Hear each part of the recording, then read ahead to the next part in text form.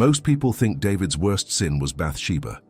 That is the version that usually sticks, the famous version, the easy version, the version that lets people nod seriously for 5 seconds and move on like the case has been closed.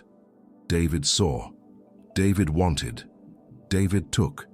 Bad? Very. Simple? Not exactly. Because the darkest part of the story does not start there, it starts after that. That is the part people tend to soften, usually because the Bathsheba part already feels dramatic enough. It has scandal, power, and the kind of rooftop decision-making that should probably never be trusted. So a lot of retellings stop there. The biblical story does not. It keeps going. And the longer it goes, the worse David looks. At first, this still feels like the kind of collapse people expect. A powerful man sees something he wants and acts like power has quietly removed the concept of consequences. That part is already ugly. No polishing needed. But if the story ended there, David would mostly look like a man wrecked by desire. That is not where the story leaves him, because once the act happens, the real pressure enters the room.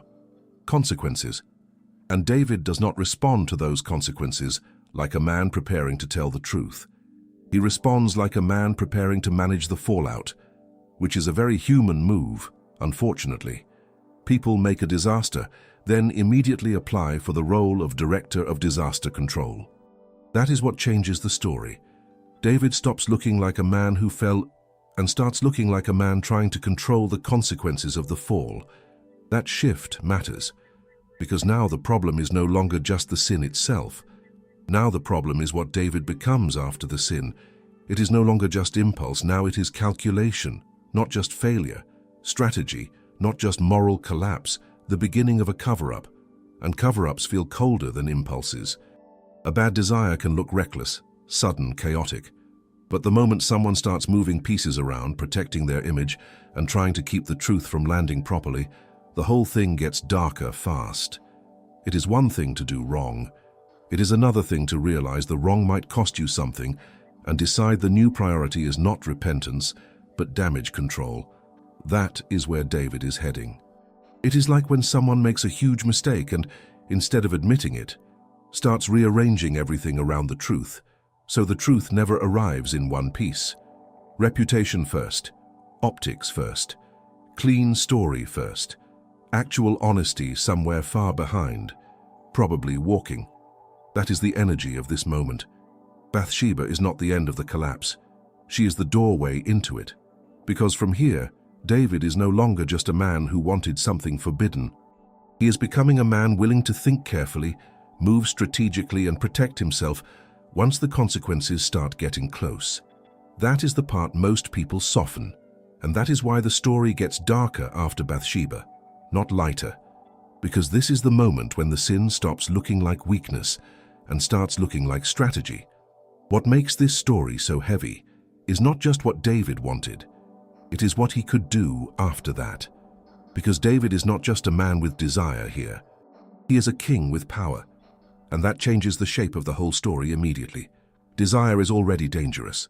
Desire with a crown gets much worse, much faster. That is the real shift.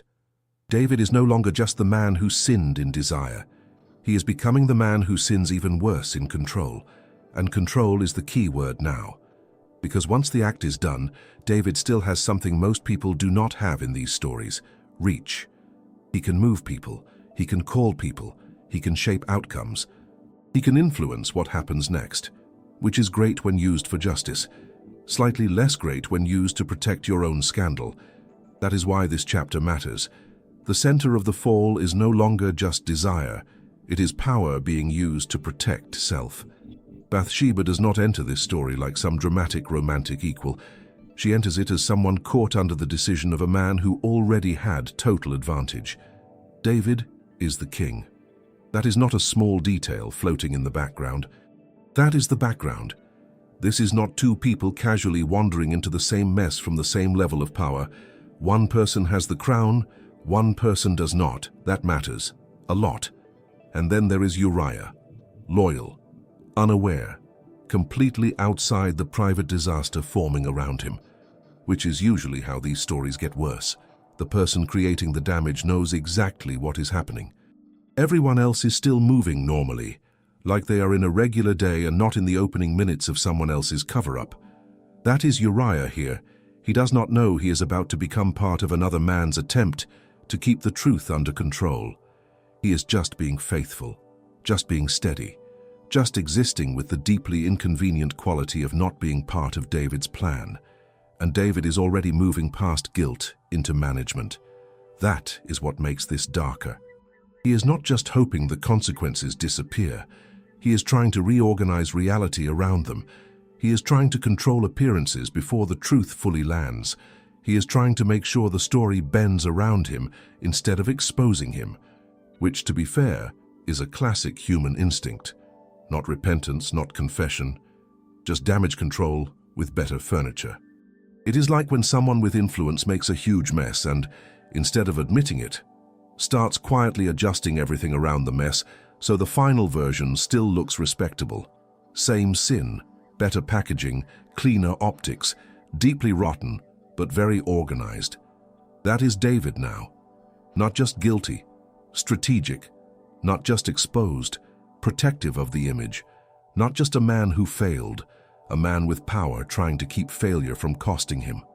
And once sin starts borrowing power to protect itself, the story gets much darker. Because now David is not just falling, now he is planning. And once he starts planning, the worst part still has not arrived. David still had a way out. That is what makes this part so ugly. He could have stopped. He could have told the truth.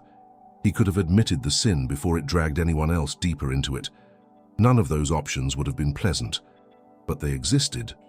Instead, David does what people often do when honesty starts looking expensive.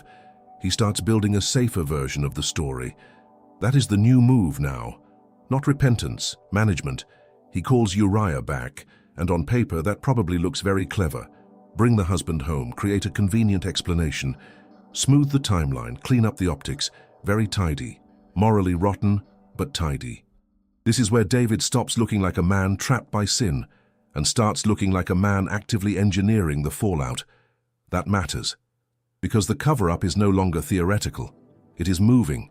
It has a shape now. David is trying to produce an ending that protects him. He is not just hiding the truth. He is trying to manufacture a replacement for it. And then the whole plan starts running into a problem. Uriah does not cooperate with the lie. Without even knowing it, he starts exposing David just by being honorable. That is what makes this chapter work so well. David has the palace, the authority, the reach, the power to summon people like pieces on a board. Uriah has none of that, and yet the man with less power suddenly looks far stronger. Because he still has integrity. The king is calculating. The soldier is faithful. The man on the throne is trying to manipulate reality. The man below him is simply acting with honor. And without realizing it, Uriah does something devastating to David's plan. He forces a contrast. He makes the whole situation look worse.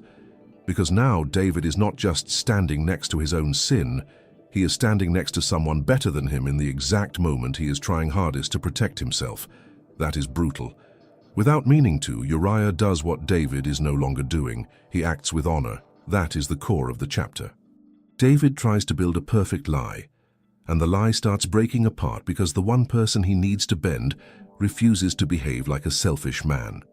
Which is extremely inconvenient if your entire strategy depends on someone else being easier to manipulate than they actually are. The king had power, access, influence, and every practical advantage, and the plan still starts failing for one deeply embarrassing reason. Uriah has too much character. That is the irony here. David is the one with control, but Uriah is the one with moral gravity. David can move people around, Uriah cannot, but somehow the man with less status is the one exposing the truth without saying a word. Now the pressure changes, because once the cover-up starts failing, David has fewer places left to go. He still has a choice: confess or go deeper. And this is exactly where the story gets worse than Bathsheba, because David reaches the point where simple concealment is no longer enough. Now he has to decide whether to stop the collapse or protect himself at an even darker cost. When the lie stops working, David does not step back. He escalates, and that is the moment the story changes again. Up to this point, David has been hiding, managing, adjusting, trying to keep the fallout under control. Bad enough already, but now the cover-up starts failing, and David reaches the point where concealment alone is no longer enough. That is where this gets darker than scandal. Because once a man decides the truth cannot be allowed to survive, people start becoming obstacles. And obstacles in stories like this tend to have a very short life expectancy. Uriah is placed in a situation where death becomes the outcome. Not by accident, not by misfortune, not by some tragic chain of random battlefield events, by design. That is what makes this chapter so brutal. David is no longer just reacting to sin. He is now arranging damage. He is no longer just trying to avoid exposure. He is deciding that another man can be spent, so his own image stays intact. That is the real horror of it. Bathsheba was the opening scandal. This is the moral collapse underneath it. Because the worst thing David does in this story is not simply wanting, taking, or hiding. It is accepting that an innocent man can die so that he, David, does not have to face what he has done. That is colder than impulse. Impulse acts fast. This kind of evil has paperwork. And that is why this part hits so hard. David used to be the man who ran toward danger and faced giants head-on. Now he has become the man who uses power to place another man in front of death while he stays safely behind the curtain. That irony is hard to miss. The giant slayer is now protecting himself by sacrificing someone else, which is a spectacularly ugly trade for a king who once looked brave. It is like watching someone make a terrible mistake, try to bury it, fail to bury it, and then decide the solution is to destroy the one person standing in the way of a clean escape. At that point, this is no longer just scandal. It is calculated destruction. And that is the key phrase here, calculated destruction, because David is not out of control now. That would almost be simpler. No, he is controlled enough to plan, controlled enough to choose, controlled enough to trade another man's life for self-protection, and call that an acceptable next move. That is what reveals the darkest version of David. Not the man on the rooftop, the man who chooses auto-preservation over truth, the man who chooses image over repentance, the man who decides another life can be absorbed into the cost of covering his own sin. This is where the story stops being just about private failure. Now it is abuse of power.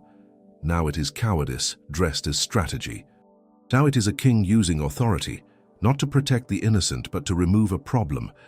And once the story reaches that point, Bathsheba is no longer the darkest moment. It is only the beginning of the darker one. Because this is where David stops merely covering sin and starts destroying people to protect himself. A shallow reading of this story stops too early. That is why so many people miss the most revealing part.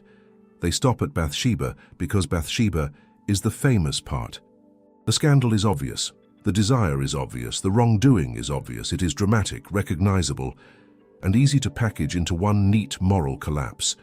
But the full story is harsher than that. Because David does not just desire. He desires, takes, covers, manipulates, and destroys. And that sequence matters. Not because the first sin was small. It was not. But because every choice after it makes the collapse worse. David keeps getting chances to stop. That is what makes the story so exposing. At multiple points he could have turned around. He could have told the truth. He could have let the consequences land where they belonged. Instead, he keeps descending, step by step, choice by choice, not in one sudden explosion of evil, but in a steady progression that is almost more disturbing because it is so deliberate. This is not just a man losing control. It is a man repeatedly choosing the version of himself that feels safest in the moment and darkest in the long run. That is the real abyss in the story. Bathsheba is not the final stage of David's fall, it is the doorway into it. Because the deepest problem here is not just that David wanted something forbidden. The deepest problem is that once the sin was in motion, David decided his image mattered more than another man's life. That is where the story gets brutally clear. The worst part was not the desire. It was what David chose to become after the desire, a man protecting himself at every cost. A man bending power around guilt, A man feeding truth into a machine and hoping reputation comes out the other side unharmed, which, as strategies go, is efficient for exactly no one's soul. That is what the story reveals when it is read all the way through. It does not just show a good man having a bad moment. It shows a man who, after falling, keeps choosing self-protection over honesty, control over repentance, and survival of image over the value of another human life. That is why Bathsheba is not the darkest point. It is the entrance to the darker pattern, because once David starts trying to save himself, the sin changes shape. It stops looking like private failure and starts looking like moral corruption spreading outward. First desire, then deception, then manipulation, then destruction. Sin rarely stays politely contained, and this story makes that point with remarkable aggression. By the end, David is no longer just a man who did wrong. He is a man who let wrong keep remaking him. And that is the part people tend to avoid, because it is much easier to talk about one sinful act than about the way repeated self-protection can hollow a person out from the inside. So yes, Bathsheba matters. But she is not the final word on David's worst sin. The final word is darker than that. David's worst sin was deciding that another man's life was worth less than his own image. And once that becomes the logic, the story is no longer just tragic, it is revealing.